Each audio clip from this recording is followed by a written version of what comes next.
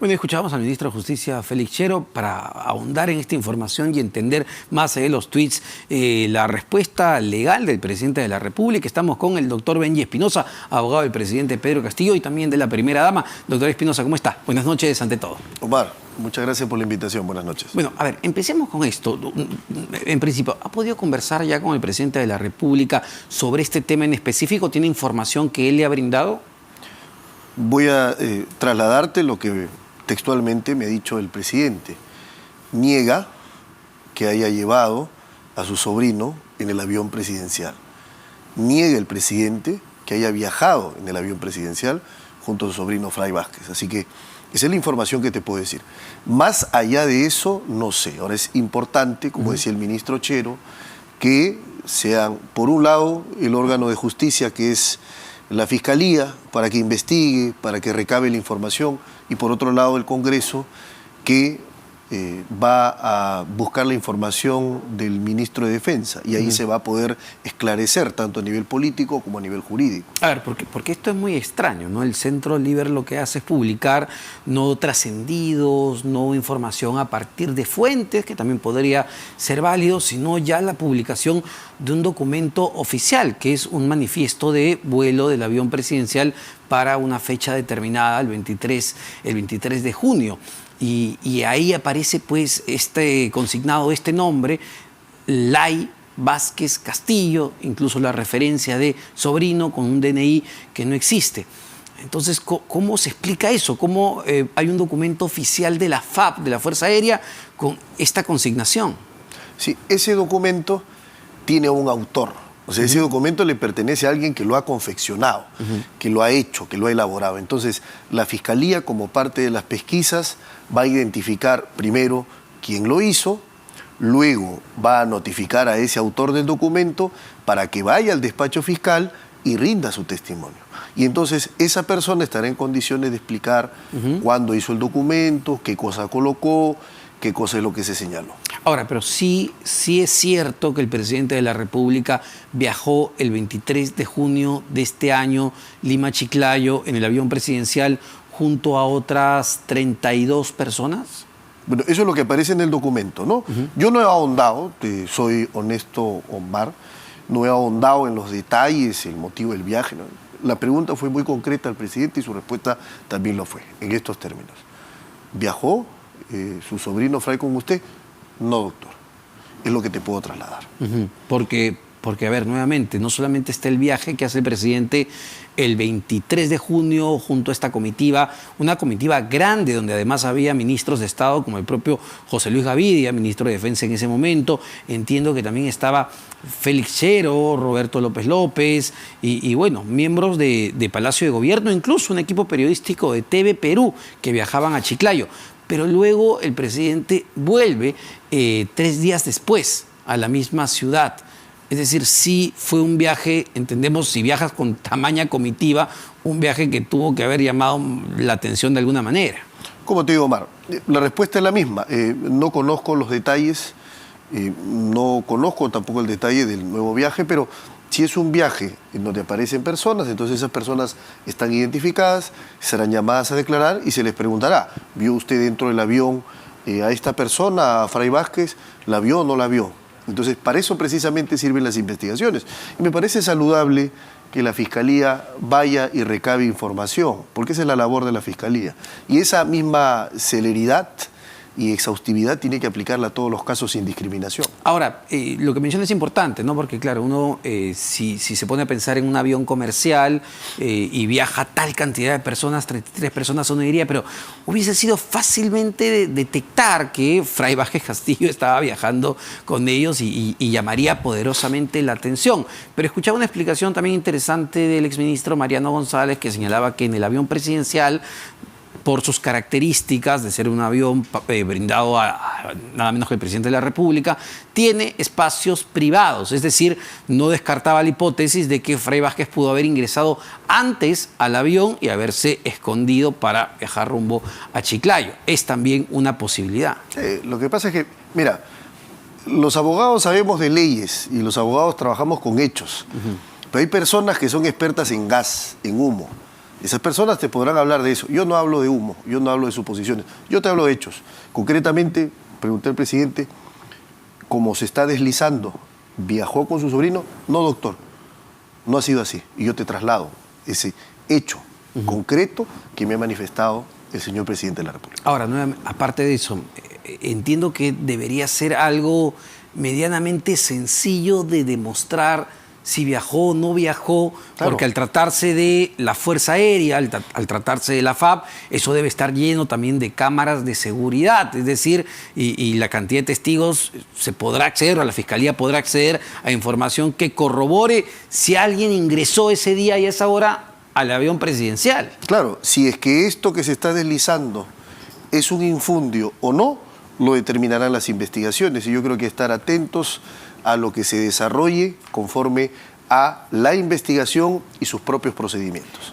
Pero me imagino que esto, a ver, ya si lo sumamos a una cadena de hechos que han venido ocurriendo en las últimas semanas, en los últimos meses, para la Fiscalía, de todas maneras, les levanta la ceja, les enciende las alarmas, en el sentido que, pues, que no es la primera vez que el presidente es investigado por tratar de encubrir, entorpecer las investigaciones, caso Jennifer, el tema de las cámaras de seguridad, y bueno, varios puntos ahí que en este momento ya están siendo investigados por el Ministerio Público. Ah, no, pero te voy a decir una cosa.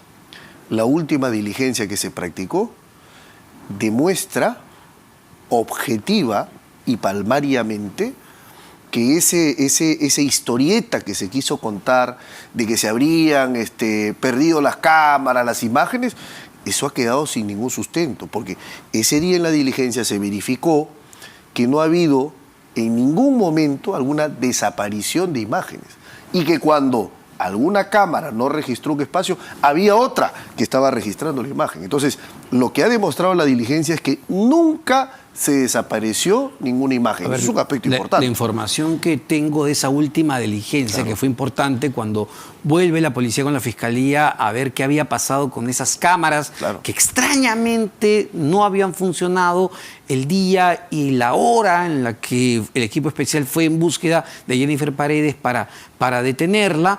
Entiendo que se quiso levantar un acta nuevamente que nadie quiso firmar para entender qué había pasado, es decir, por qué esas cámaras dejaron de funcionar. Y a ver, doctor, estamos hablando no pues de cualquier vivienda, estamos hablando de Palacio de Gobierno, y la seguridad, me imagino, es lo prioritario.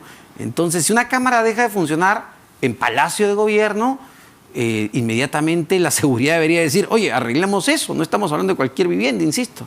Si una cámara deja de registrar, hay otra de respaldo que registra el hecho. Esto es tanto para que se me entienda mejor. Frente a nosotros tenemos una cámara, supongamos que esa no funciona, pero la de allá sí. La imagen, el suceso, el evento, ¿se deja de registrar? ¿Se pierde? No, porque para eso está esa cámara. Entonces, eso es fundamental entenderlo, porque se pretendió deslizar y difundir la idea de que se habían perdido las cámaras y entonces acá hay la obstrucción. No, esa narrativa de obstrucción se ha caído por completo el día de la diligencia. No, eso lo determinará el juez en su momento. Todas las facilidades. Me imagino, doctor. Estuvo el operador de las cámaras, porque en un momento querían aparecer al presidente como si fuera un operador de cámaras, que no es. Estuvo el operador, estuvo el personal, se le dieron todas las facilidades y la Fiscalía lo puede certificar. ¿Y por qué no se firmó ese manifiesto, esa acta que se levantó en ese momento? Era la información que teníamos. Por una razón muy sencilla, porque nosotros consideramos, leída la resolución, es una resolución dividida.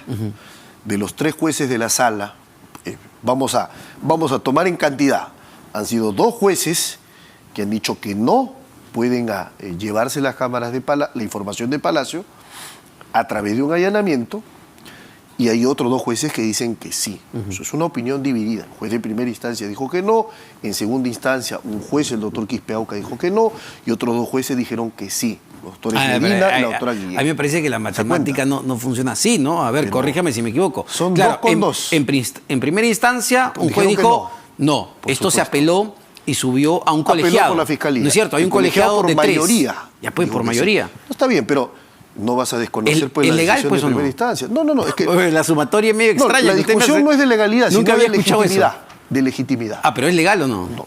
Acá vamos a un tema más allá, que es más Porque importante. me llamó la atención cuando yo lo leí Claro. atentamente, cuando usted lanza el tuit y señala pues en su tuit Que son dos jueces incompetentes, y lo son. que dice que acá no, esto fue ilegal.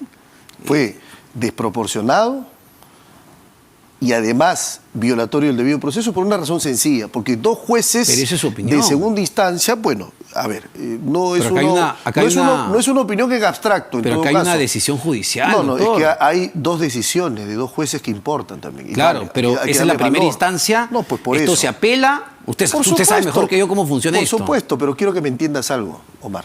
Hay dos jueces que han dicho, somos incompetentes, los jueces, los que no somos de la Corte Suprema, Ya. somos incompetentes para adoptar una medida contra Palacio y contra el Ya, presidente de la pero República. en la parte de la apelación, donde sube esto, Claro. dos de tres dicen que sí, No. que esto es ¿Sabes viable. qué cosa dicen? Dicen, quizás seamos incompetentes. Invocan el artículo 53. Ya, pero que- quizás, A ver, mientras doctor, se define no si me somos quiero competentes perder- o no no, me eso quiero- lo dice la No resolución. me quiero perder en podemos dictar esa medida tecnicismos, urgente. No me quiero perder en No son tecnicismos, son temas fundamentales de pero competencia. finalmente lo que tenemos es una decisión judicial Sí, claro. que autoriza a la Fiscalía y a la Policía a ingresar a Palacio de Gobierno. Por supuesto. Entiendo que es, digamos, una medida totalmente legal. Si no, no lo hubiesen hecho. No, porque vas a recordar, Omar, que hay decisiones que pueden darse en determinada coyuntura, pero que finalmente son revocadas. Recuerdo el caso ahora Sí, de claro. PPK. Pero para PPK eso en su momento, una sala de 3 dijo, PPK no puede declarar a la prensa, no puede tener Claro, reuniones doctor. políticas, y la Corte Suprema le enmendó la Perfecto, plana. por Entonces, eso, pero se tiene que apelar, como ocurrió con Por Ollantumala, supuesto. por ejemplo, en Heredia. El Poder Judicial dijo que no, determinó la que ellos prisión. podían Y el estar con la Tribunal preventiva. Constitucional El Tribunal Constitucional enmendó la plana. los liberó. Pero eso no quita que las decisiones que se hayan tomado anteriormente sean legales. Lo que me preocupa aquí, ya yendo al fondo del asunto, Claro. es que se intente de alguna manera desconocer las No, medidas no, judiciales. de ¿no? ninguna manera. Entonces, ¿por qué no se firmó No, esta acta? Porque hay que ser coherentes y nosotros estamos convencidos que jueces, estos jueces son ¿O era incompetentes para una medida de esa manera. o era la pero se mala hizo- experiencia que de alguna manera pues le quita piso a la denuncia que hizo su colega el doctor Pachas, porque usted firma justamente el Es acta una que situación se distinta. levanta y se ha usado incluso de la defensa de Harvey Colchado. Dice, mira, el propio doctor Benji Espinosa firmó el acta donde dice que no había pues Claro, ningún lo que problema. pasa es que ¿no? acá opinan, mira, una cosa es opinar desde la tribuna y otra cosa es opinar desde la cancha. Yo estaba en la cancha. Mis colegas, con todo respeto, estaban en la tribuna. Y eso, ¿A quién se está refiere? bien, a los abogados del coronel Harvey. Colchado, no han participado. O sea, ellos van a saber más que yo. Ellos saben que hay dos actas. Ellos saben, por ejemplo, que se intentaron llevarse las cámaras de Palacio ese día y yo Sí, lo pero impedí. A ver, y se levantó la un acta en información ese que tengo sentido. es que el coronel Colchado, además de ser el coordinador de equipo especial, también es abogado, ¿ah? También conoce de leyes, solo que pero- la defensa está a cargo pues No, pero de Luciano acá López. acá el tema es, me estás hablando de una opinión y yo te digo, una cosa es preguntarle al que jugó el partido y otra cosa es preguntarle al que estaba en la tribuna Ya, pero o a los que estaban fuera el que del jugó, estadio. el que jugó el Estuve yo. partido, el que jugó Estuve el yo. partido firmó el acta aceptando que todo fue No. llevado de manera correcta. No, no fue así. A ver, ¿Usted firmó el acta? Quiero, ¿o no? quiero que me entiendas una cosa. Lo que pasa es que acá no es tan sencillo como que todo nada. No, o sea, no es blanco o negro. Acá hay grisuras. Y entonces, Me acá hay que quiere- entender me una quiere cosa importante. enredar, Para doctor. nada. Acá el tema es muy claro. En la primera diligencia, a mí no se me faltó el respeto. Entonces, yo como, o sea, eso sería más bien actuar con fraude procesal, actuar con deslealtad procesal. Decir una cosa que a mí no se me afectó ni se me agravió, que el coronel Colchado me faltó el respeto. Jamás. Eso no ha sido así y lo reitero. Otra cosa es la situación con el doctor Pachas y por eso que el doctor Pachas no firma. Pero, ¿Te das cuenta? Como defensa del presidente, ustedes no coordinan, no conversan, aparte que estaban en el mismo espacio y tiempo. No le estuvimos siempre en el "Oye, mismo Benji, espacio y tiempo". No firmes eso porque No, estos no, tipos pero no, están no locos. estuvimos siempre en el mismo espacio y tiempo. Hubo momentos en el que yo estaba en otro espacio, como por ejemplo, yo ingresaba a algunos espacios donde no estaba el doctor Pachas, o el doctor Pachas estaba en un espacio donde yo no estaba, o cuando yo estaba en el primer piso, el doctor Pachas estaba en el segundo piso. Entonces, no es que estuvimos casi como siameses juntos a todos lados, ¿no? Sí, No ha claro, sido así. pero a ver, lo que entiendo es que Pachas, el doctor Pachas, se queja de que Harvey Colchado es quien él personalmente ingresa a la habitación del presidente a revisar los cajones cuando eso no es cierto y se consta Por eso- en el acta y usted acepta que eso no es cierto. Por eso es que es importante que se hagan las investigaciones y se aclaren, pero tú me ponías esa diligencia como si esa fuera la razón por la cual en esta segunda diligencia... Mejor no firmamos. No ha sido así. Yo te estoy exponiendo las razones, porque a diferencia de la primera vez, esta vez tenemos decisiones sólidas de 2 magistrados que en primera y segunda instancia uno han dicho 2 que son incompetentes. Ahora, 2 dice que sí lo son, la Suprema de 5 jueces definirá quién tiene la razón. Ahora, quería cambiar un poco de tema, evidentemente vinculado a la defensa del presidente, aunque esto tiene más que ver con un aspecto constitucional. Lo debe haber leído, muy interesante la columna de ayer del periodista Ricardo Uceda en el diario El Comercio, donde revela que el Ministerio Público, que la fiscal de la Nación, Patricia Benavides, estaría a punto, más o menos incluso con fecha, en la quincena de octubre, de presentar una acusación constitucional contra el presidente de la República, y lo que se va a plantear al Parlamento es inaplicar el artículo 117 de la Constitución. A ver, esto todavía es un trascendido periodístico de un periodista muy bien informado, además como es Ricardo Uceda. Claro. Pero desde el punto de vista técnico, ¿esto es viable? ¿Esto es posible? ¿Qué opina como parte de la defensa? Sería delictivo y sería una infracción a la Constitución. Delictivo porque estaría yendo en contravía frontalmente, desconociendo lo que el juez Checkley ya demarcó. El juez Checkley ha dicho: no pueden presentar una denuncia constitucional contra el presidente, ni pueden imputarle cargos ni formalizar investigación.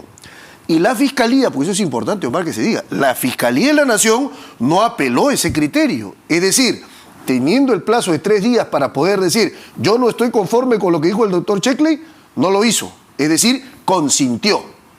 Una vez consentida esa decisión por la Fiscalía, luego no puede la doctora Benavides decir: momentito, no importa lo que diga el doctor Checkley, lo dejo al lado y yo voy a presentar la denuncia constitucional. Estaría desafiando una decisión judicial, 1.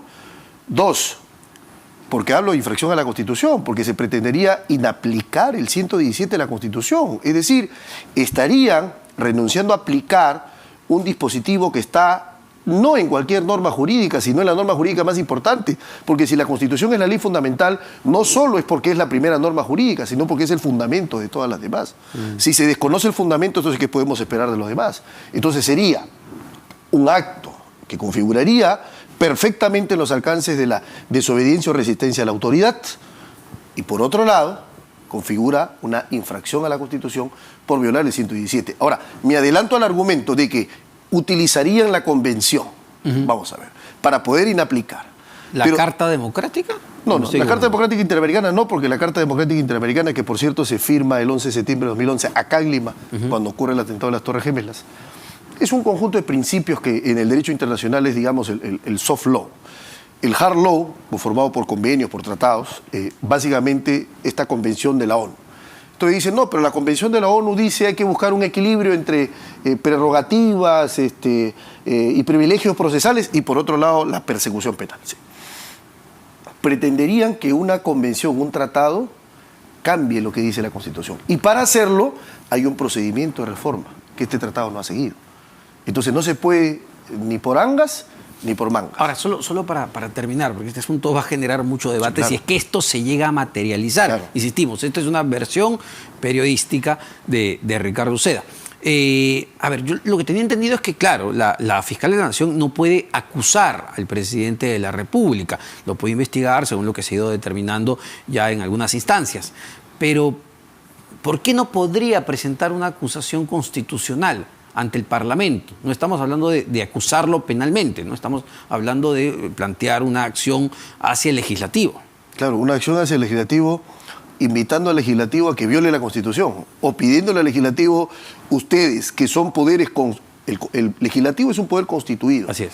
Correcto. Y la Constitución es obra del poder constituyente.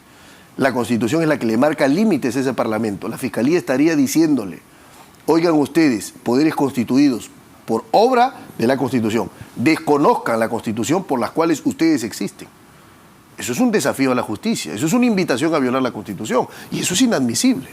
Muchísimas gracias, doctor Espinosa. Como siempre, Benji Espinosa, abogado y presidente de la República, sobre este tema que, de materializarse, insistimos, va a generar mucho revuelo y mucha discusión en el ámbito no solamente penal y académico, sino a nivel nacional. Vamos a una pausa muy rápido. Venimos con Romy Chan, abogada penalista, para seguir discutiendo estos temas.